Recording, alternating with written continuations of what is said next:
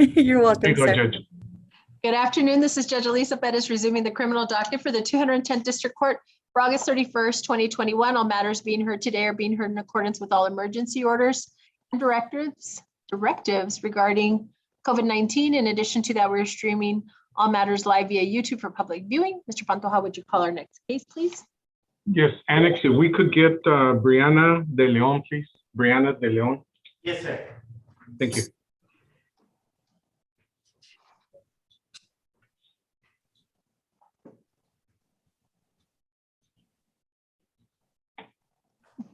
Ms. De Leon, this is Judge Perez. Can you hear me okay? Yes, ma'am. And where is the attorney? Mr. DeCotes, are you there? Yes, Judge, I'm here. Okay, are you Greetings, ready? Your Honor. All Ready. right.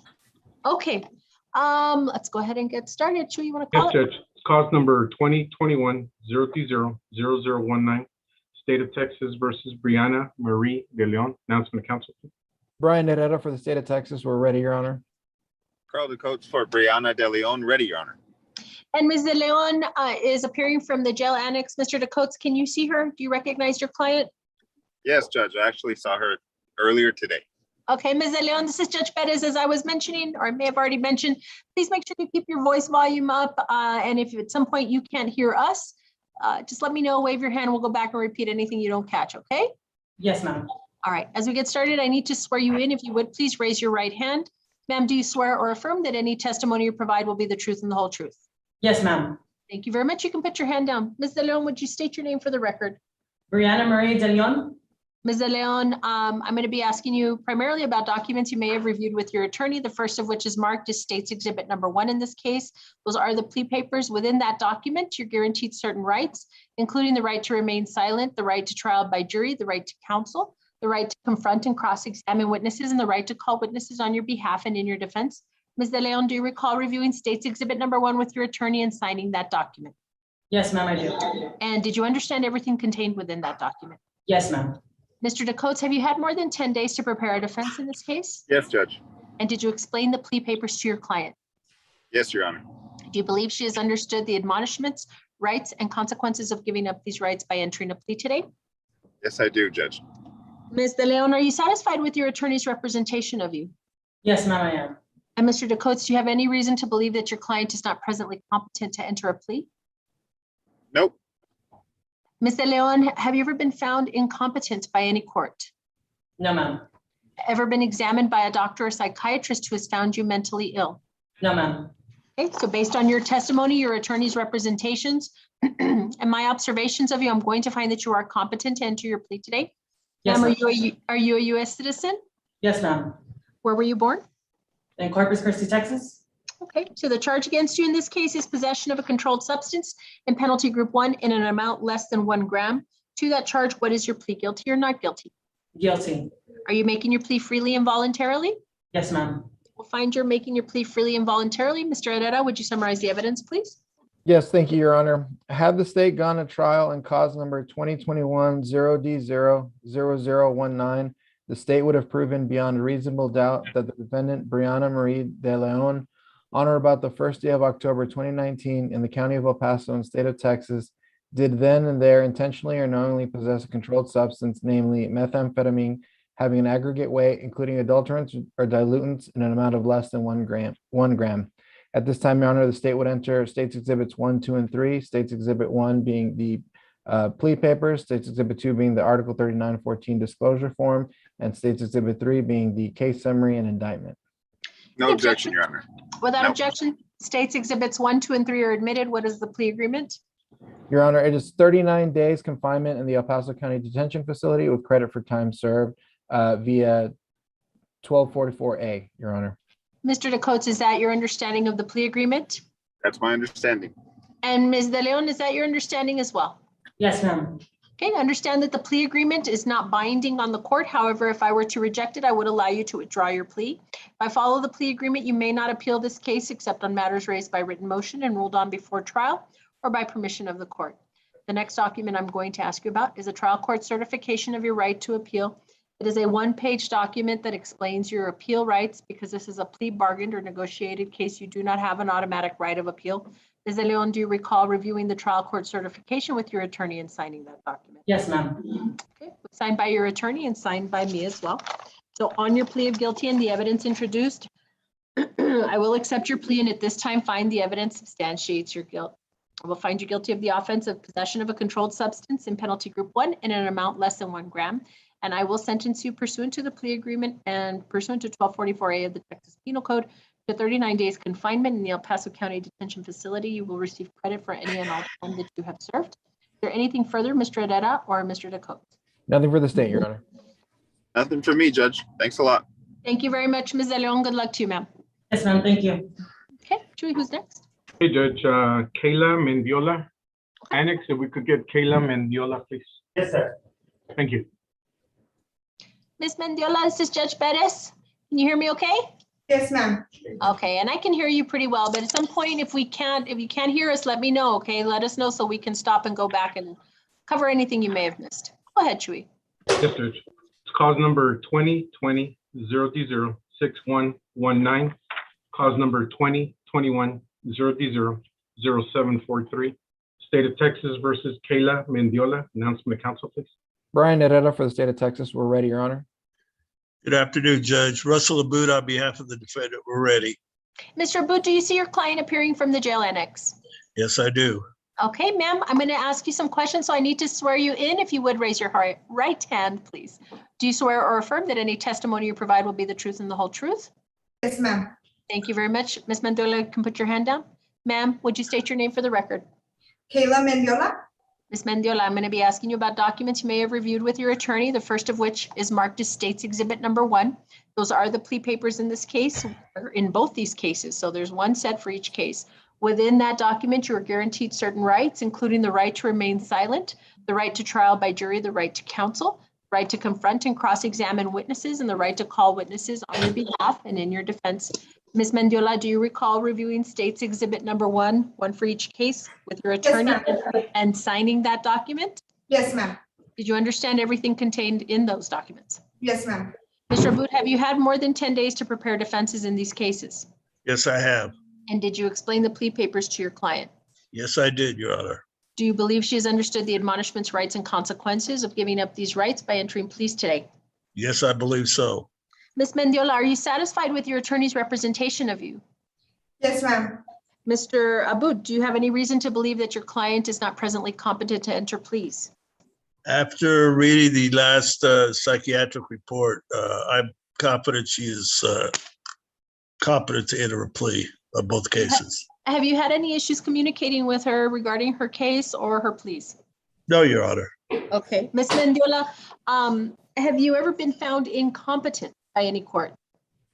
No, ma'am. Have you ever been examined by a doctor or psychiatrist who's found you mentally ill? Yes, ma'am.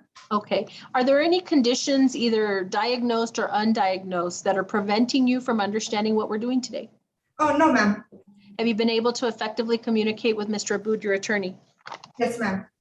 So based on your testimony, your attorney's representations, and my observations of you, I'm going to find that you are competent to enter your pleas today. Ms. Mendiola, are you a U.S. citizen? Yes, ma'am. Where were you born?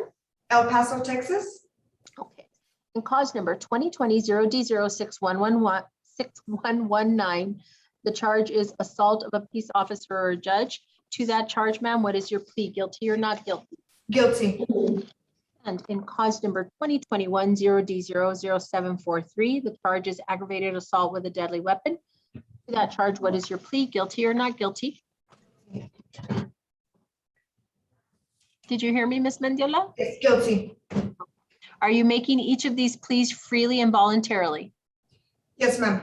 I will find you are making your pleas freely and voluntarily. Mr. Herrera, would you summarize the evidence, please? Yes, Your Honor. Thank you. Had the state gone to trial in cause number 2020-0D06119, the state would have proven beyond a reasonable doubt that the defendant, Kayla Mendiola, on or about the 25th day of September 2020 in the county of El Paso and state of Texas, did then and there intentionally, knowingly, or recklessly cause bodily injury to Joaquin Alvarado by kicking Joaquin Alvarado about the leg, and the defendant did then and there know that said Joaquin Alvarado was then and there a peace officer, to wit, a city of El Paso police officer, and that the said Joaquin Alvarado was then and there lawfully discharging an official duty. And furthermore, Your Honor, had the state gone to trial on cause number 2021 0D00743, the state would have proven beyond reasonable doubt that the defendant, Kayla Mendiola, on or about the 15th day of December 2020 in the county of El Paso and state of Texas, did then and there intentionally or knowingly threaten Samuel Chacon with imminent bodily injury, and did then and there use or exhibit a deadly weapon during the commission of said assault, to wit, a firearm, and is further presented that the said defendant used and exhibited a deadly weapon, to wit, a firearm, during the commission of and immediate flight from said defense. As to paragraph B, that the defendant did then and there intentionally, knowingly, or recklessly cause bodily injury to Samuel Chacon by shooting Samuel Chacon about the head with a firearm, and the defendant did then and there use or exhibit a deadly weapon during the commission of said assault, to wit, a firearm, and is further presented that the said defendant used and exhibited a deadly weapon, to wit, a firearm, during the commission and immediately flight from said offense. At this time, Your Honor, the state would enter States Exhibits 1, 2, and 3 as to both cause numbers. States Exhibit 1 being the plea papers, States Exhibit 2 being the Article 3914 disclosure form, and States Exhibit 3 being the case summary and indictments. Any objection, Mr. Abud? No objections. Without objection, States Exhibits 1, 2, and 3 are admitted in each of these cases. What is the plea agreement? Your Honor, 8 years community supervision under the deferred adjudication provisions, $5,000 fine with $4,500 probated, 200 hours of community service, urine and blood analysis, curfew, court costs, tap eval, no contact with the complaining witness, Samuel Vicente Chacon. And these are to run concurrently with each other, Your Honor, and all other terms, conditions that probation deems appropriate. Mr. Abud, is that your understanding of the plea agreement? Yes, it is, Your Honor. And Ms. Mendiola, is that your understanding as well? Yes, ma'am. Okay, understand that the plea agreement is not binding on the court. However, if I were to reject it, I would allow you to withdraw your pleas. If I follow the plea agreement, you may not appeal these cases except on matters raised by written motion and ruled on before trial or by permission of the court. The next document I'm going to ask you about, again, one for each case, is a one-page document entitled The Trial Court Certification of Your Right to Appeal. It is a document that explains your appeal rights because these are plea, bargained, or negotiated cases. You do not have an automatic right of appeal. Ms. Mendiola, do you recall reviewing and signing the trial court certification after you discussed it with your attorney? Yes, ma'am. Okay. Finally, I'm going to ask you about the motion for deferred adjudication. Again, one for each case. Do you, Ms. Mendiola, recall reviewing and signing the motion for deferred adjudication? Yes, ma'am, I do. Mr. Abud, have you explained to your client both the benefits and detriments of deferred adjudication? Yes, I did, Your Honor. Ms. Mendiola, do you understand that if you violate a condition of deferred adjudication, the court can proceed to sentence you up to the full range of punishment for these offenses? Do you understand that? Yes, ma'am, I do. And are you asking the court to grant you deferred adjudication? Yes, ma'am. I will find for as to each of these cases, there is sufficient evidence to substantiate a finding of guilt. However, I will not enter findings of guilt at this time. Instead, I will defer further proceedings and place you on community supervision for each case according to the plea agreement for a period of 8 years. There will be a $5,000 fine. $4,500 of that is probated. 200 hours of community service, urine and breath analysis, curfew, tap, no contact with Samuel Chacon. These, is there any mental health concern, anything that would suggest we should do some type of screening, Mr. Abud, Mr. Adetta? She has been sent to a psychiatrist. Okay. All righty. Is she going to resume some type of treatment upon release, or what are we talking about? Just a minute, I'm trying to find the report. So for our purposes, I'm just going to have her screened. If there's something that probation finds through that screening, great. If not, if she's already receiving services or resuming services, we'll go from there. So we're going to add an MHI screening. Other than that, the cases will run concurrent with one another. Is there anything further, Mr. Adetta or Mr. Abud? Nothing for No, Your Honor. Good luck to you, Ms. Mendiola. Thank you, Your Honor. May I be you. excused? Yes, sir. Thank you very much. Thank you. Who's next, Sri? If we could get Stephen Avila, please. Stephen Avila.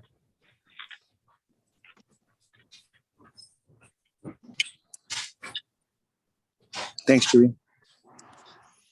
Is that Mr. Avila? It is. Oh my gosh. I'm sorry, Judge. No worries, no worries. Let's get Mr. Avila so we can get you going. I know. Yeah. I know, Your Honor. I know. I'm sorry.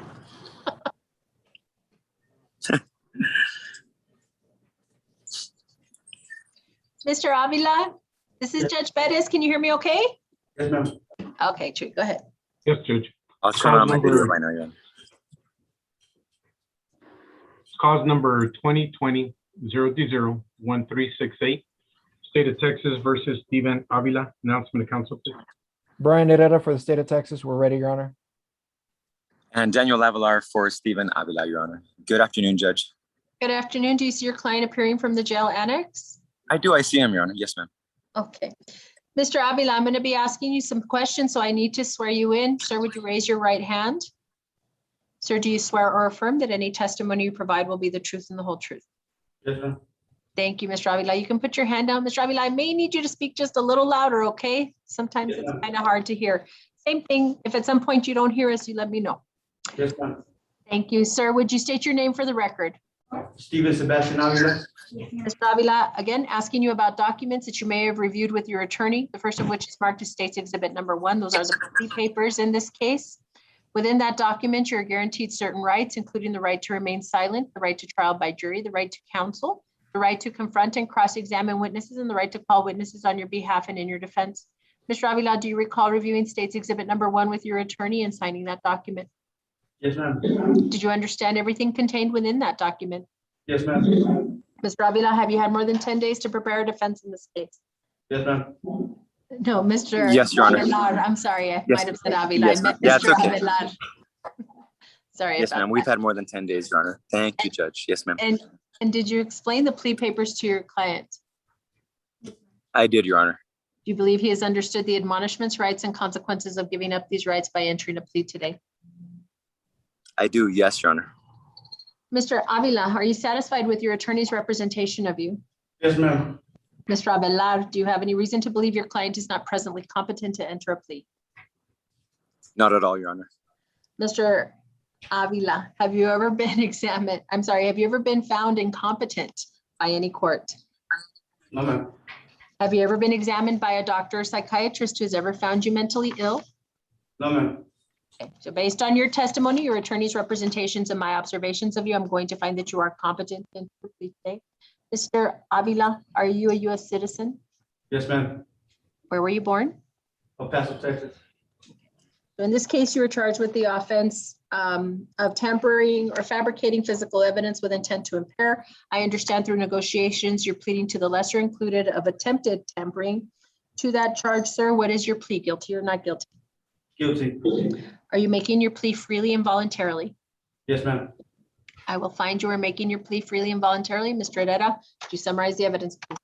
Yes, thank you, Your Honor. Had the state gone to trial in cause number 2020-0D0-1368, the state would have proven beyond a reasonable doubt that the defendant, Stephen Avila, on or about the 26th day of February 2020 in the county of El Paso and state of Texas, did then and there, knowing that an investigation or official proceeding is pending or in progress, destroy or conceal a thing, to wit, baggie containing a white powdery substance with intent to impair its verity, legibility, or availability as evidence in the investigation or official proceeding. And is further presented that prior to the commission of the charged offense on the 13th day of February 2019 in cause number 2016-0D0-0952 in the 168th District Court of El Paso County, Texas, the defendant was finally convicted of the felony offense of evading arrest or detention with vehicle.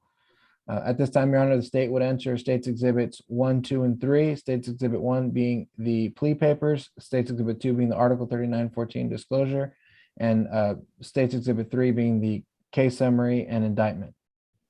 Any objection, Mr. Avila? No, ma'am. No, ma'am. Yes, Your Honor. That's true. That's correct.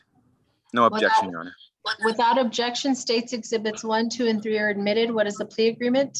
Your Honor, the plea agreement is for a lesser included attempted tampering, state jail felony via 1244A with 288 days detention in the El Paso County Detention Facility with credit for time served. Mr. Avilar, is that your understanding of the plea agreement? It is, Your Honor. Yes, ma'am. Mr. Avila, is that your understanding as well? Yes, ma'am. Understand that the plea agreement is not binding on the court. However, if I were to reject it, I would allow you to withdraw your plea. If I follow the plea agreement, you may not appeal this case except on matters raised by written motion and ruled on before trial or by permission of the court. The next document I'm going to ask you about is a one-page document entitled The Trial Court Certification of Your Right to Appeal. It is a document that explains your appeal rights. Because this is a plea bargained or negotiated case, you do not have an automatic right of appeal. Mr. Avila, do you recall reviewing the trial court certification with your attorney and signing that document? Yes, ma'am. Was signed by your attorney and signed by me as well. So on your plea of guilty and the evidence introduced, I will accept your plea and at this time find the evidence substantiates your guilt. I will find you guilty of the offense, the lesser included offense of attempted tampering or fabricate physical evidence with intent to impair. I will assess your punishment pursuant to the plea agreement and in accordance with 1244A of the Texas Penal Code to 288 days confinement in the El Paso County Detention Facility. You will receive credit for any and all time that you have served. Is there anything further, Mr. Herrera or Mr. Avelar? Nothing for the state, Your Honor. Judge, just thank you and your court coordinator and your bailiff. I appreciate you all. Thank you so much. There's nothing further, then you're excused. Mr. Avila, good luck to you, sir. Thank you. Thank you. Who's next, Tree? Hey, Judge Laura Valdez. Annex, if we could get Laura Valdez, please. Yes, sir. Thanks.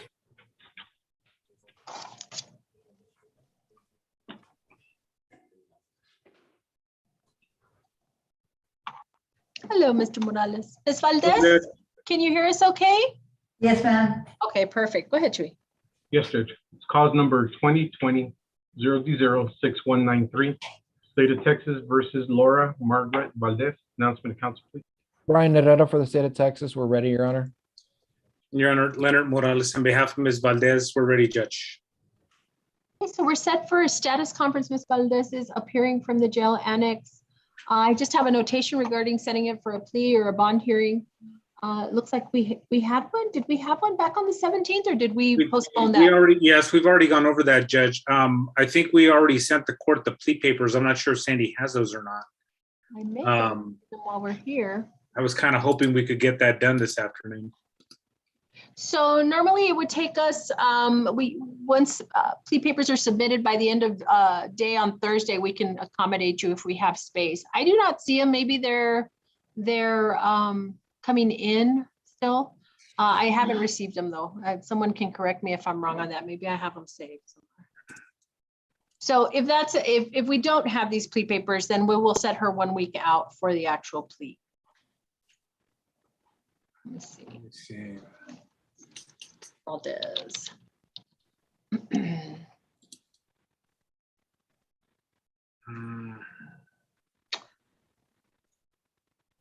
Okay. Sandy, did we already have this set for a plea?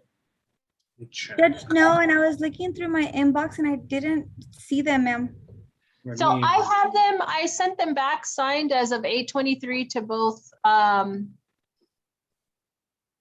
both you, Chewy, and Marissa. Yeah, Marissa's just sending them over. So are you prepared? Yeah, obviously you're prepared. Is everybody good to go on the plea? Because these have been outstanding for a little while. Yeah, Judge, I mean, we're ready. I don't know about. Let me just pull them up real quick, Mr. Morales, so I can double review them. Okay. And then I don't have a problem going with the plea right now. So And it's the state's Dejo. ready too, Judge. Yep. Oh, thank you, Mr. Herrera. Let me just make some notation. So we're doing a 1244A.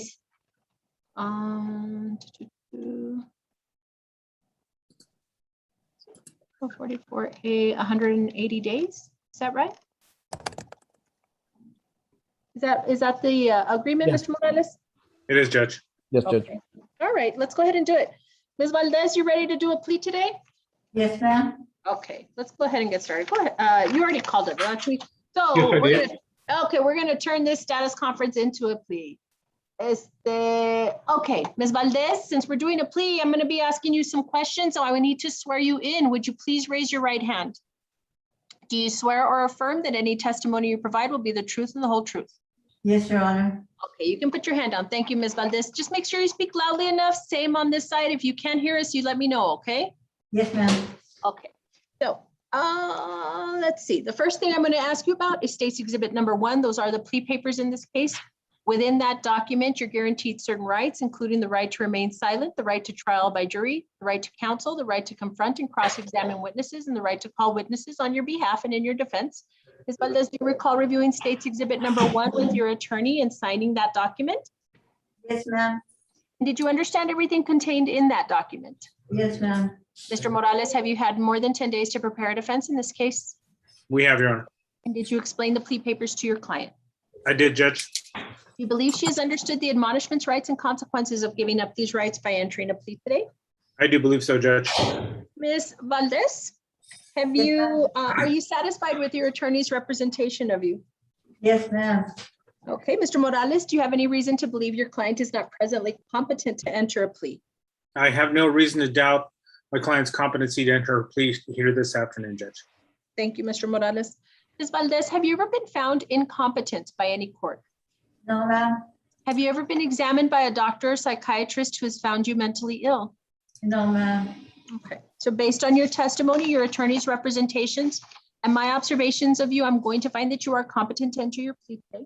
Ms. Valdez, are you a U.S. citizen? Yes, ma'am. Where were you born? From Wilcox, Arizona. So the charge against you, let me just double check. Okay, it is the same. Is possession of a controlled substance in penalty group 1 in an amount less than 1 gram. To that charge, ma'am, what is your plea, guilty or not guilty? Guilty. Are you making your plea freely and voluntarily?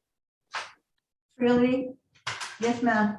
Okay, I will find you are making your plea freely and voluntarily. Mr. Herrera, would you summarize the evidence, please?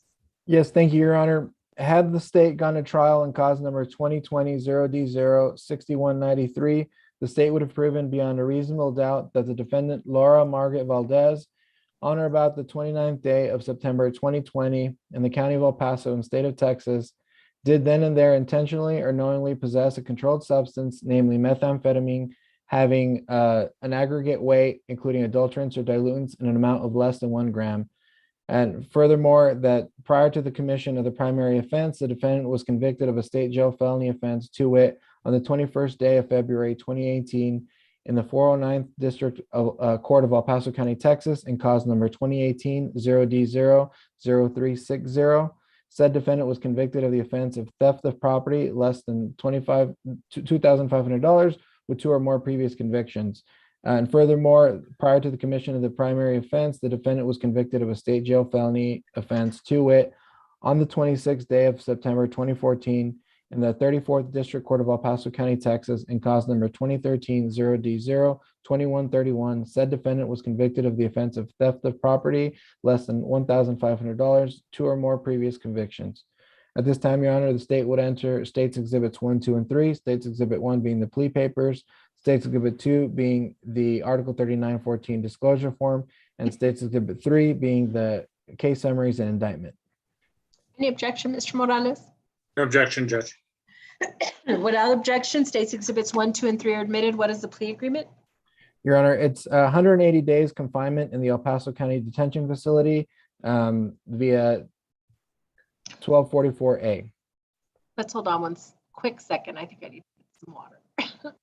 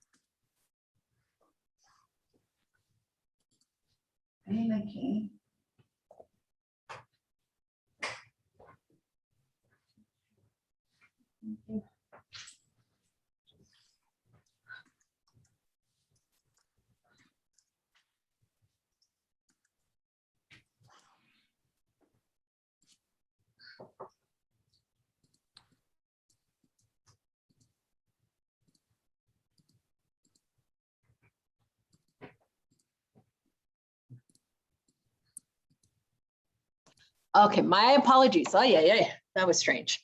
Okay, so I believe we were at the admission of state's exhibits. There were no objection. Is that where we left off? Yes, Judge. Okay. So state's exhibits 1, 2, and 3 are admitted. What is the plea agreement? 180 days confinement in the El Paso County Detention Facility, Your Honor, via 1244A. And Mr. Morales, is that your understanding of the plea agreement? It is, Judge. And Ms. Valdez, is that your understanding as well? Yes, ma'am. Understand that the plea agreement is not binding on the court. However, if I were to reject it, I would allow you to withdraw your plea. If I follow the plea agreement, you may not appeal this case except on matters raised by written motion and ruled on before trial or by permission of the court. Ms. Valdez, the next document I'm going to ask you about is a one-page document entitled The Trial Court Certification of Your Right to Appeal. It is a document that explains your appeal rights. Because this is a plea bargained or negotiated case, you do not have an automatic right of appeal. Ms. Valdez, do you recall reviewing the trial court certification with your attorney and signing that document? Yes, Your Honor. It was signed by your attorney and signed by me as well. So on your plea of guilty and the evidence introduced, I will accept your plea and at this time find that the evidence substantiates your guilt. We'll find you guilty of the offense of possession of a controlled substance in penalty group 1 in an amount less than 1 gram. And I will sentence you according to the plea agreement and in accordance with 1244A of the Texas Penal Code at 180 days confinement in the El Paso County Detention Facility. You will receive credit for any and all time that you have served. Is there anything further, Mr. Herrera or Mr. Morales? Nothing for the state. Nope, nothing further, Judge. Thank you, Mr. Morales. Good luck to you, Ms. Valdez. Thank you, Your Honor. Mr. Morales, you don't have anything else? You're excused. I don't think so, Judge. I think we're good. Thank you. Thank you. Who's next? Judge Ricardo Reyes, Annex Ricardo Reyes, please. Yes, sir.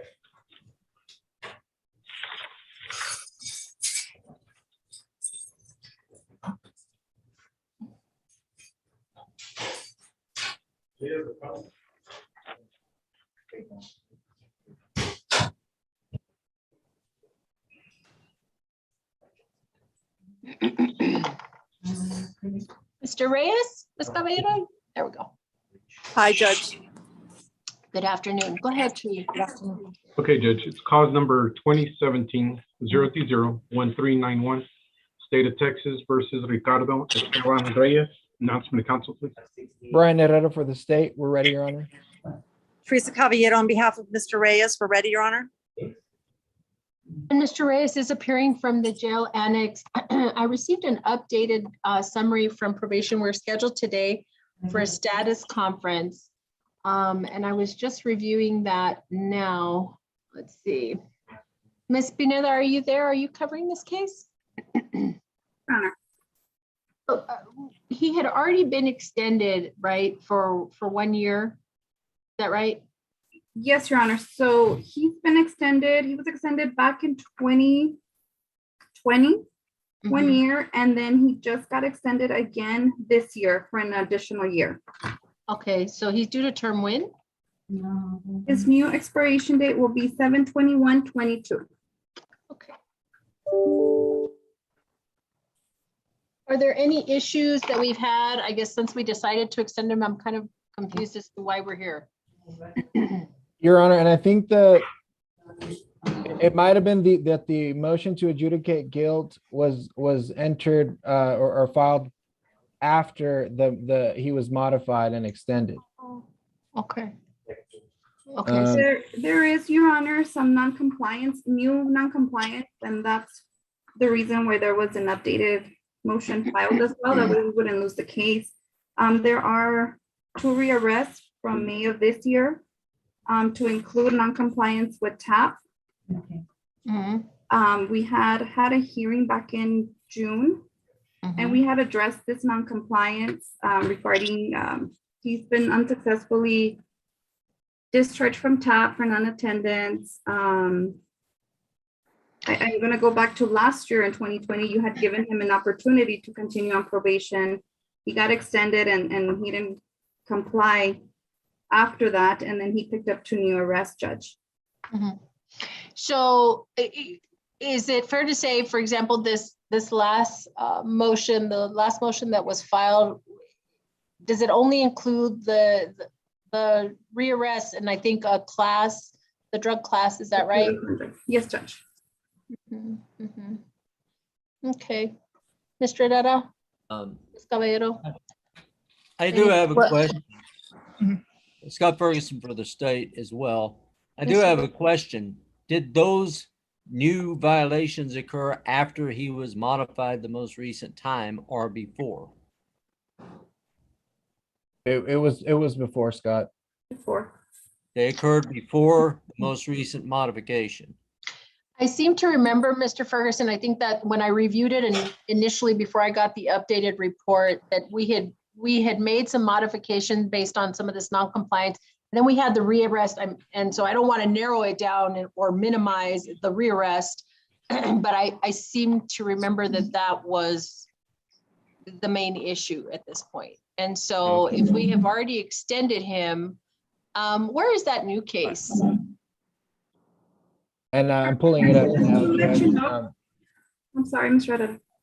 Oh, go ahead, Carla. I'm I looking just at it. wanted to let you all know, in that process of it almost expiring and it got extended and then the MTA was filed, it was processed in the 384th due to the case being transferred over there for screening for competency, I believe.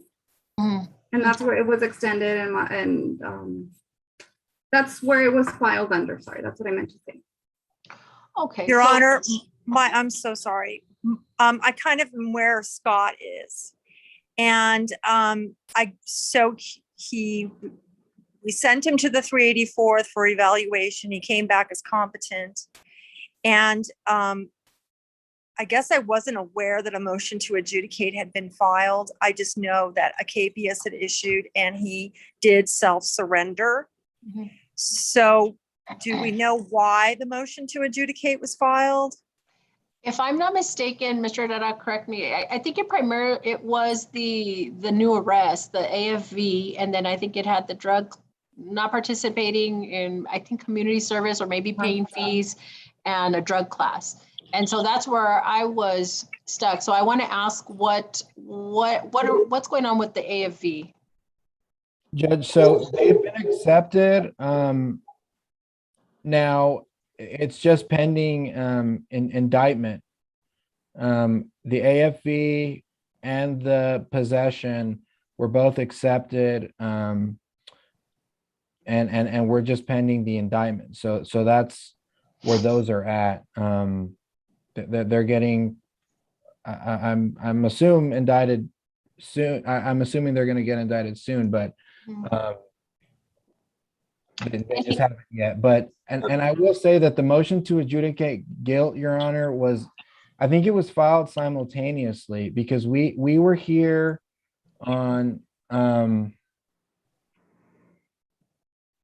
we were scheduled for a probation status hearing on the 20th, and it was transferred on that day, at which point the state filed the motion to adjudicate guilt on that day. So I think that the modification and the motion was done simultaneously. So what the Marissa is informing me of is that the extension on July 20th was signed by Judge Garcia, I assume before he had come back over here. And then the motion to adjudicate was filed here on the 20th. Let me see what this says. It's very small. When did he sign that? On the 20th day? So on the same date that Judge Garcia extended him, we got the motion to adjudicate. What do you propose? I mean, here, go ahead, Teresa. I'm sorry. No, go ahead. Are the P files that you all accepting, are they both felonies? You are saying indicted, it's gonna be indicted. They're both second degrees, Teresa. Okay. Yeah, which defendant are we talking about? I'll check that real quickly. It's Herrera, yeah, I mean Reyes, Ricardo Reyes. Ricardo Reyes, all right, let me see. And my concern is if you modify, that bars anything that could have been considered when that modification occurred. Right. And That's if right. all of these new violations occurred before he was modified to be extended, I'm So this concerned is that where, that I am with this. I am really at the point where I don't know, when he was modified, it was simply an extension. My thought is this, do we have, I thought it was only one AFV. Is it more than one? It is characterized as an assault impeding breath. There's also a penalty group 1, 4 to 200. Both of those aren't even P files, so they're looking to me like CR numbers. They have not been presented to the office. I will send an email to intake so they can start requesting it. I cannot give a time frame on when. Sure. So this is, I was more in the line of what Mr. Ferguson was saying, which is basically, Ms. Caballero, my thought is this, he's gotten his extension. The terms of his probation are there. I'm sure they include, the drug issues, things of that. I didn't know about the new drug case, but my thought is to modify him further, to not have, I don't know who the complainant is on this potential new AFV, but I would want to add that as a condition of this probation. And I don't know, Mr. Herrera or Mr. Ferguson, if there's anything else. For my purposes, we're waiting on 2 cases to come up, and he still has to Your Honor, comply with this probation. Yes, ma'am. the complainant is his common law wife, and she also has filed a non-prosecution statement with us. So I don't know that ordering him to not have contact with her is practicable. Well, at the very least, it would be a no offensive contact, because I do not want to have, since we have this kind of in limbo, right? I don't want to risk that not being a part of this probation, so that, because he's been in jail since June, right? That's At least 30 days, and they do live together, and she is pending immigration proceedings. So this marriage is important to her application. And I'm sorry, he's been in jail 60 days. Yeah, I think So- it was the end of June. So I'm good to go with just modifying to no offensive contact. We'll have a status in 60 days to see if we have an update on these 2 cases that haven't yet been presented to the DA's office. And we're going to go from there. And for my purposes, Ms. Caballero, it's just checking his compliance with the probation I have. That's where I am. I'm going to throw something out to the district attorney's office, because it seems that we're modifying him for stuff that he's been modified for. And since he's on probation on a deferred adjudication status, would you all consider letting him plead to time served to a misdemeanor? And then we can be done with the probation.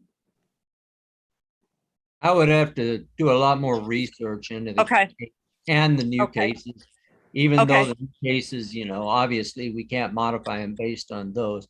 One thing I would say, I believe that obviously the court has the ability to do de minimis additions or alterations to a probation.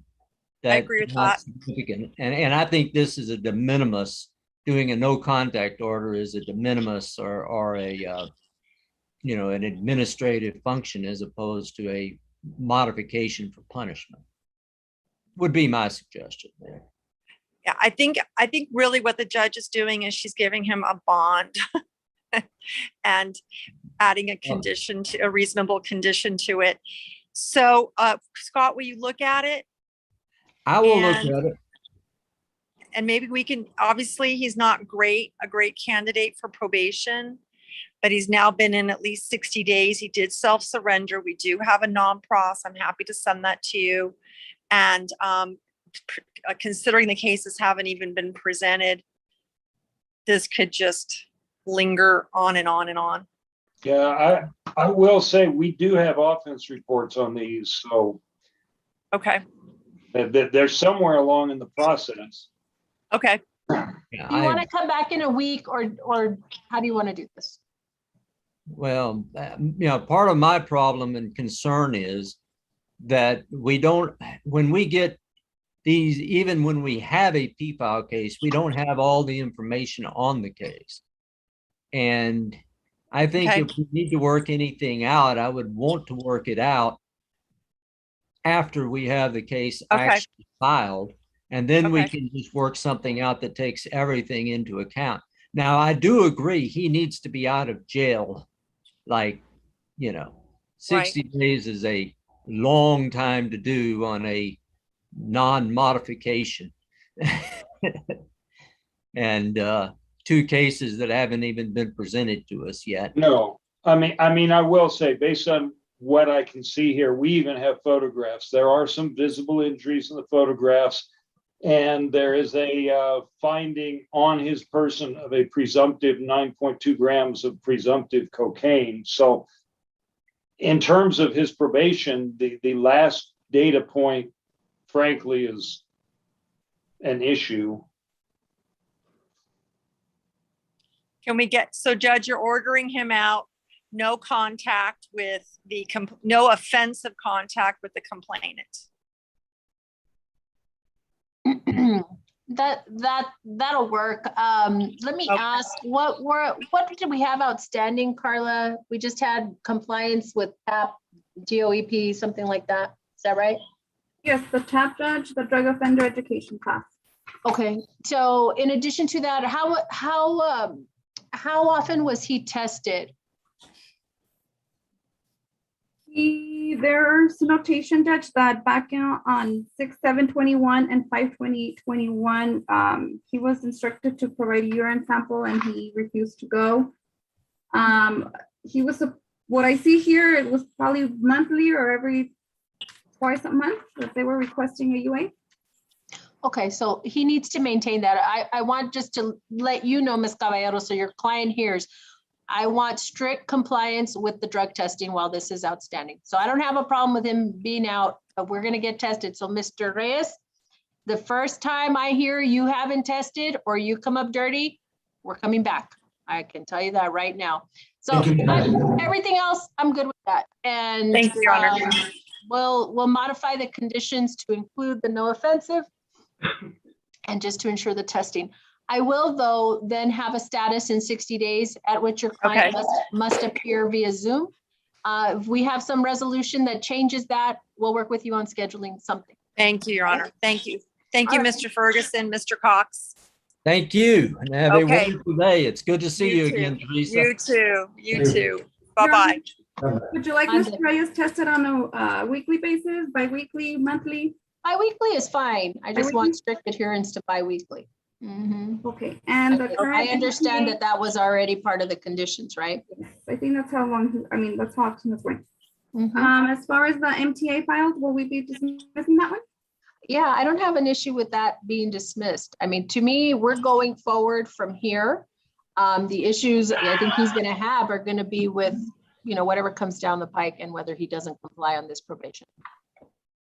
Thank you. Thank you, Leon. I'll get that filed, Judge. Thank you. Bye-bye. Okay, bye-bye. Who's next, Chewy?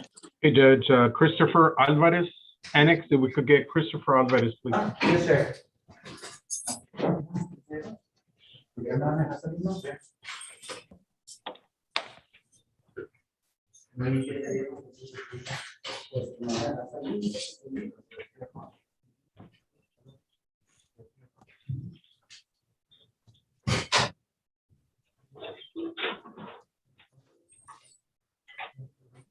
Is that Mr. Alvarez? Is that you?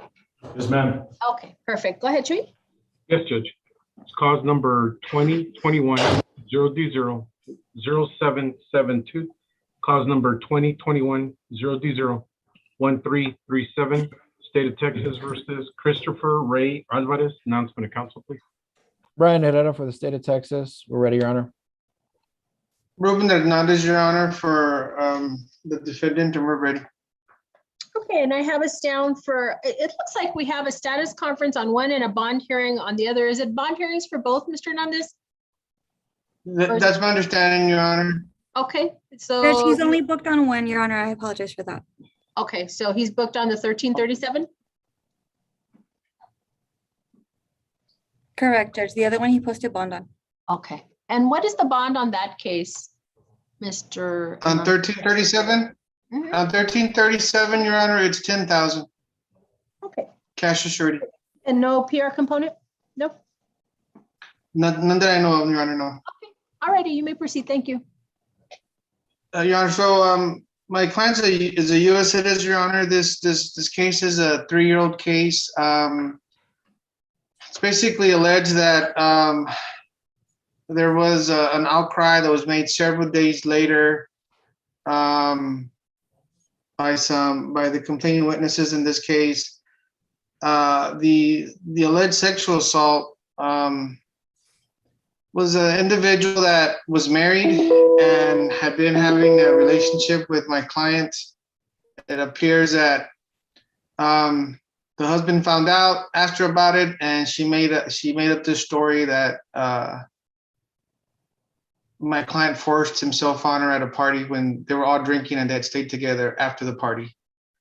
And so it's been 3 years, Judge. This is obviously a case that we plan to contest, and he's had no interaction with the complaining witness. We'd ask the court to consider a PR bond in this case, and any condition that he not have any contact whatsoever with the complaining witnesses in this case would be great. He'll abide by that. He hasn't had any contact with them for 3 years now, Judge. He's been in jail for about a month now, or a little over a month, I believe. The other complaining witness who was at the party as well, who was in the same room with my client and the other complaining witness and my client's brother, also says that he basically put his genital area in front of her face, and that's the attempted, but didn't do anything, supposedly because she said she didn't want to, so he didn't do anything with her. Neither one of them, who was on the same bed, says that they saw anything happen to the other person. So that's the story as according to the police report. Again, Judge, any type of PR bond and any condition that the court would deem necessary, my client would absolutely abide by that.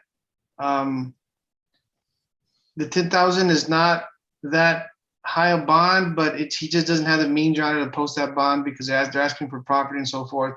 He doesn't have that for the bonding company. So if we could agree to a PR bond, Judge, he would definitely abide by any term or condition that the court would deem necessary. Okay, Mr. Herrera? Yes, Your Honor. So I think the state is concerned with the defendant's ties to El Paso. I don't know if he's got anywhere to stay or live here in the El Paso area. I do know, I mean, he was in the San Antonio, Corpus Christi area, and he's got some criminal history over there. Just some possession of marijuana cases out of Corpus Christi. So let me stop you right there, Mr. Hernandez. What are the ties to the community? Judge, his family lives here. His mom lives here. He can live with her there at I believe in her home address is 1127 East California, 79902. He can stay here at El Paso, Your Honor, pending the charges, if that's necessary. He would like to go back and work where he was working in Corpus, but he'll stay here, Judge. He's got all his family lives here, so he's okay to stay here in El Paso. Okay, go ahead, Mr. Herrera. And Your Honor, yeah. So aside from that, there is some criminal history. There's a felony possession out in San Antonio, Your Honor, from last year, along with the pending. There's one possession that's already before the court. And then there's a pending P file from February of 2021 that we're still awaiting. and a few other drug possession charges, Your Honor. Obviously, nothing as significant as the case at hand, but there is some criminal history there, and as a matter of just safety of the community, these are some very severe, serious charges, Your Honor. So we would be opposed to a bond, either a bond reduction or any kind of PR component, just as a matter of public safety. And I don't know that, I mean, his mother may live here, but that there might be a concern there that he might not be able to stay in the area. So I'm seeing, and maybe Mr. Detta, you can confirm this for me, that there was a PR, I saw in the booking, there is a PR revocation. So at some point on the possession case, he was on PR bond, and then he failed, according to a violation affidavit. He was on a $2,000 PR bond. He failed to report monthly for 3 months, and then picked up another, it says committed an offense against the laws, namely another state jail possession on February 6th. So I'm not sure which one this one is that he posted bond on. We have another one outstanding, but that brings me some concern. That said, I still think 10,000 is reasonable. However, it's a little bit older. Is there anything else? Is there anything else from either of you? No, Your Honor. No, Judge. Go ahead, Mr. Hernandez. Go ahead, Mr. No, Go ahead, Mr. Detta, you're fine.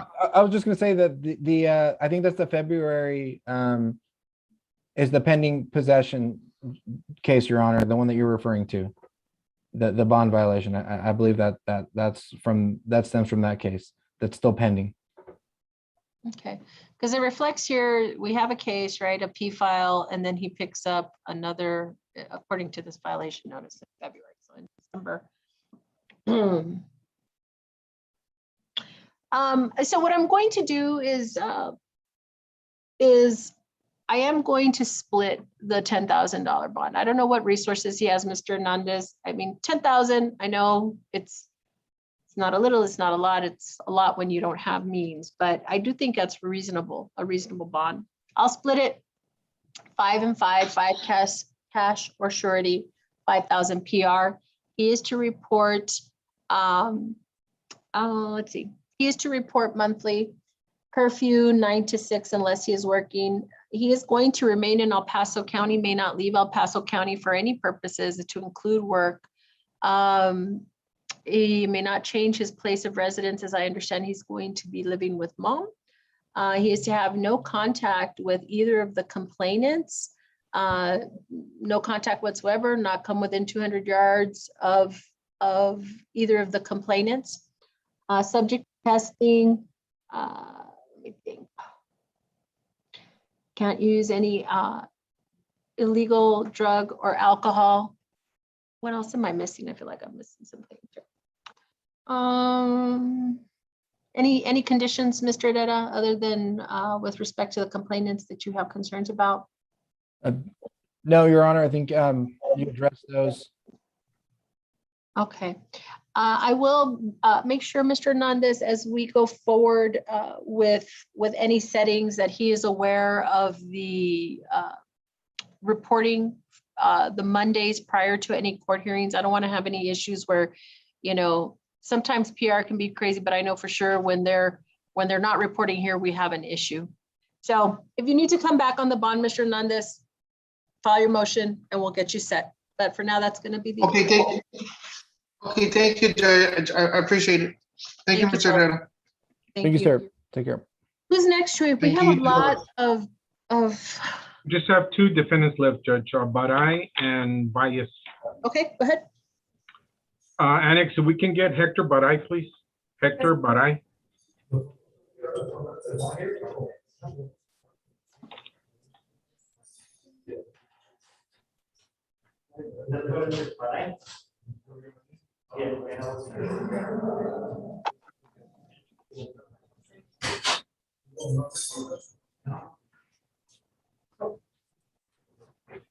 All right, go ahead, Jay. Okay, Judge. Cause number 2020-020-3651. State of Texas versus Hector Baray. Announcement to council, please. Brian Herrera for the state of Texas. We're ready, Your Honor. Brent Stevens, Your Honor, we're ready also. And is that your client, Mr. Stevens, Mr. Bade? Yes, Your Honor. Okay, you may proceed. Your Honor, I appreciate you allowing us to have a second hearing. We had a previous bond hearing for Mr. Baray about a week or 10 days ago. After the hearing, my client was adamant that he did not agree with the rendition of the criminal history that was reported to the court. And I've gone through that more since then. Also, just to be quick, I would like to refresh the court's recollection about my client. This case occurred in November of 2019, the allegation, but it wasn't indicted until August of 2020. Since then, my client has been living in El Paso, has had no contact with the police whatsoever during that time. He's 41 years old. He was born in El Paso as a United States citizen, and he will live here if released. Mr. Baray is the head mechanic at a mechanic shop on Alameda. So he will be employed if released. He will be living with his wife, Vanessa, who I speak to on a regular basis. He has an associate's degree in automotive, and he has 4 children. The youngest is 15. He does pay child support. So he does need to be released for income purposes for his family. He has PTSD, and we're requesting that he be referred to Kumi when released, Judge. His current bond is at $50,000, and he has absolutely no way to be able to make that amount of surety bond, Judge. And because of the age of the case, the fact that he hasn't had any issues whatsoever since the alleged date of offense, and his ties to the community, we believe he would make a good candidate for a personal recognizance bond, Your Honor. Okay, Mr. Stevens, anything else? And Judge, just that my client was disputing some of the rendition of the criminal history that was made during the last hearing. So nothing else has changed. Scott Ferguson for the state. Nothing else has changed. Well, since the court just made the decision on the bond.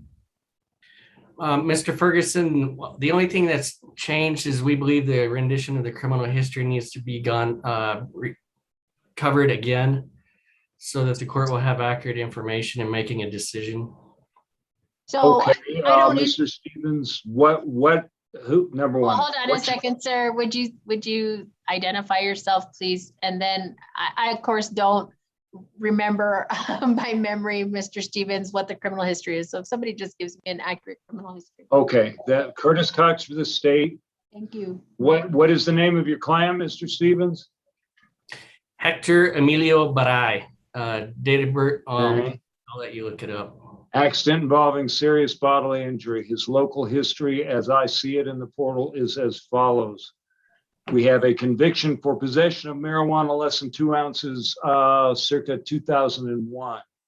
A conviction for possession of marijuana less than 2 ounces, 2 of those in 2002, a 2 to 4 ounces in 2003, a less than 2 in 2006, a conviction for assault causing bodily injury, family violence in 2009, a conviction for unlawful carrying of a weapon in 2013, a failure to ID, fugitive intent to give false information in 2014, a misdemeanor assault causing bodily injury, non-family violence in 2015. That is locally. The rap sheet indicates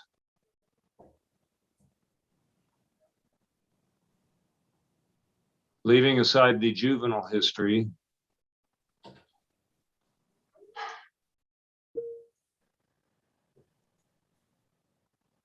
and the felony charges that were declined or dismissed. So I don't know if you're able to see Mr. Cox. I'm just going through the jailing myself. I'm seeing bench warrants, capias on these various, on some of these, I guess, local charges. So Yeah, I haven't even begun to look at that. I'm just looking at what he's been convicted of. He may well have been a problem in regard to his reporting requirements on various bonds. was there anything non-local, Mr. Cox, or was that it? I'm still scrolling through it, but wait a second.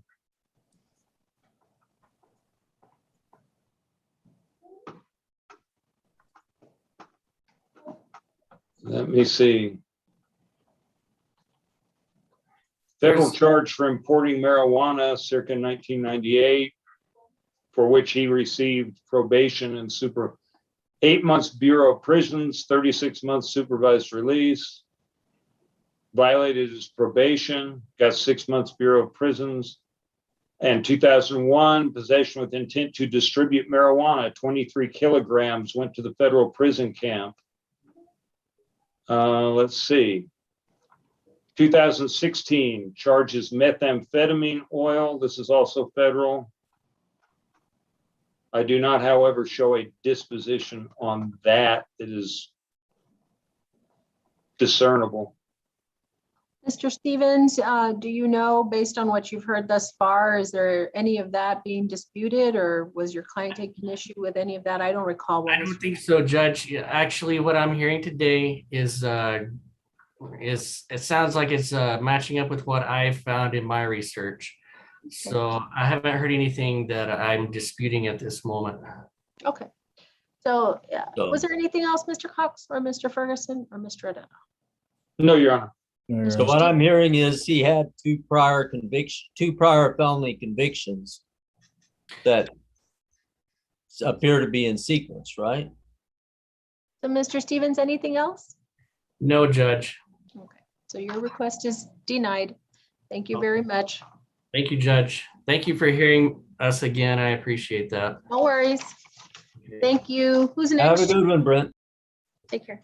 You also, Mr. Ferguson. Take care. Annex, if we can get Daniel Bias, please. Daniel Bias.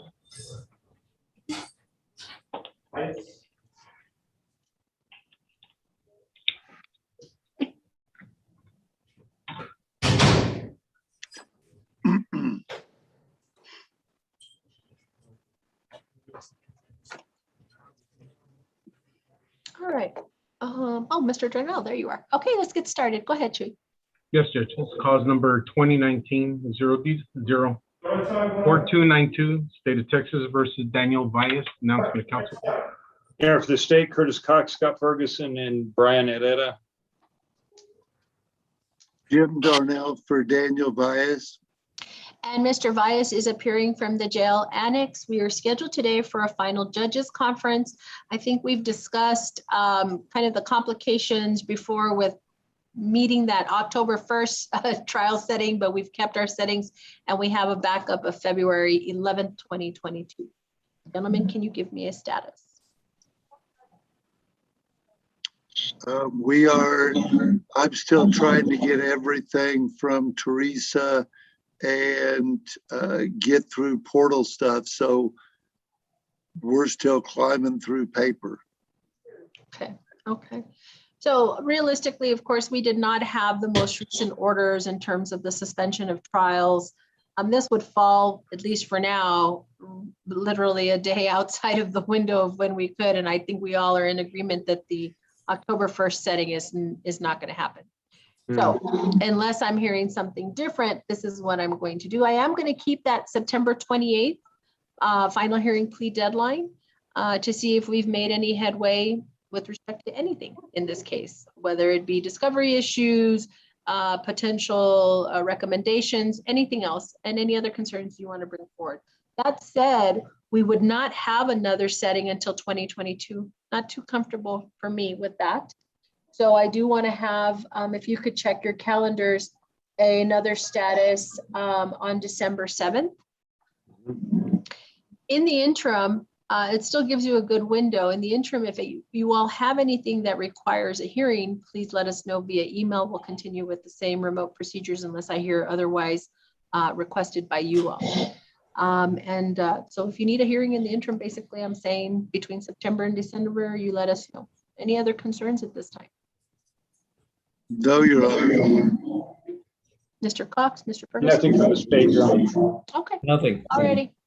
Thank you, gentlemen. We'll see you at the end of September. Very good. Thank you, Judge. Good to see you, Scott. Good to see you, Jim. Hope you're Always doing a well. pleasure. And the Always. same to you. Thank you.